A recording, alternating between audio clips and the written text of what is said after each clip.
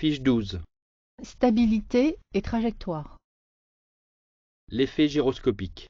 La rotation d'une roue engendre un phénomène appelé effet gyroscopique qui permet de maintenir la roue en équilibre. Cet effet s'oppose à la modification de l'axe de rotation du moyeu de la roue.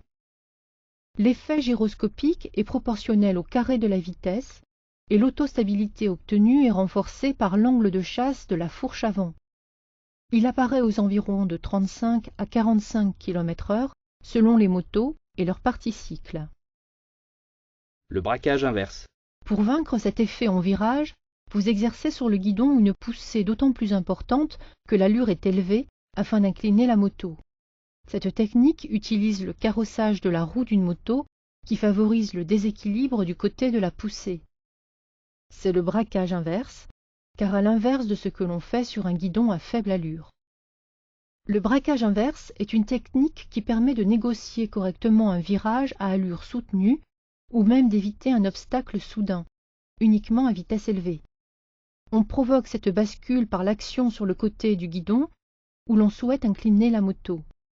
On provoque cette bascule par l'action sur le côté du guidon où l'on souhaite incliner la moto. L'action consiste à pousser sur le guidon tout en maintenant une forte pression des cuisses pour bloquer le bassin sur la selle. Pour un virage à gauche, poussez sur la partie gauche. Pour un virage à droite, poussez sur la partie droite. La force centrifuge. C'est la force qui, dans un virage, entraîne la moto vers l'extérieur de la courbe. Le motocycliste doit la vaincre par une poussée sur le guidon. Elle est proportionnelle au carré de la vitesse. Plus la motocyclette est chargée, passagers ou bagages, plus la force centrifuge augmente. Plus le virage est serré, faible rayon, plus la force centrifuge augmente. Pour compenser les effets de la force centrifuge, il faut incliner la machine vers l'intérieur du virage. Le carrossage, l'état et le gonflage des pneus facilitent cette prise d'angle.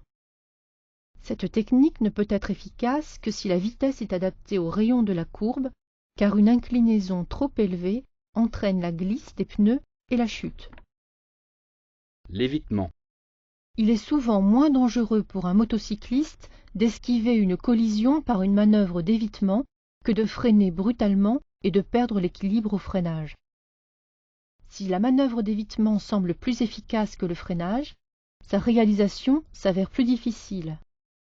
À 50 km/h, il est possible de faire un évitement à partir de 70 km/h. Sa mise en œuvre devient compliquée et exigeante. Le contre-braquage. En cas de perte d'adhérence de la roue arrière, une technique permet de compenser cette dérive de la roue arrière. En braquant du côté où s'effectue la perte d'adhérence, on permet un réalignement des roues et donc de retrouver la stabilité et le contrôle de la trajectoire. Cette technique s'appelle le contre-braquage. Facile à expliquer, elle est beaucoup plus difficile à mettre en œuvre. Des assistances électroniques de traction, anti-patinage, permettent d'éviter ce phénomène et de ne pas avoir à maîtriser cette technique.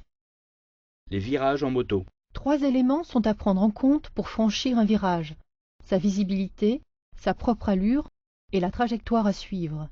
Le risque le plus important est d'arriver trop vite et d'atteindre l'inclinaison maximale de la moto, ce qui entraînera la chute. La trajectoire est différente lorsque vous avez une visibilité de l'ensemble du virage ou si vous n'en percevez pas la sortie. Visibilité. Avant d'aborder un virage, évaluez la distance de visibilité afin d'adapter son allure, l'importance de la courbe, c'est-à-dire son rayon, l'état et la largeur de la chaussée, la présence d'autres usagers. Vitesse. Il faut adapter sa vitesse en fonction de la visibilité, du rayon de la courbe, de l'état du sol, de la partie cycle de la moto, du chargement de la moto. En cas de nécessité de freiner la moto inclinée, dosez la puissance de freinage selon l'angle de la moto. Trajectoire. Avec visibilité, adaptez sa vitesse au rayon. Placez la moto à l'extérieur du virage selon l'état du revêtement et revenir progressivement vers l'intérieur afin de réduire le rayon du virage et donc diminuer l'inclinaison de la moto. Terminez en reprenant sa position au centre de la voie. Sans visibilité, adaptez sa vitesse à la distance de visibilité. Pour la découverte du virage, s'écarter de l'intérieur tout en restant dans sa voie. Placez la moto à droite pour un virage à gauche ou à gauche pour un virage à droite. Restez à l'extérieur tant que la ligne droite n'est pas visible. Revenir vers l'intérieur de la courbe dès que la ligne droite est perceptible. Terminez en reprenant sa position au centre de sa voie. Si l'adhérence est bonne et la moto chargée, il est probable que les ergots des repose-pieds touchent le sol. Cela vous indique que vous avez atteint l'angle maximum de la moto. Sur des scooters où la garde au sol est faible, une inclinaison trop importante peut engendrer un risque plus grand de chute en virage.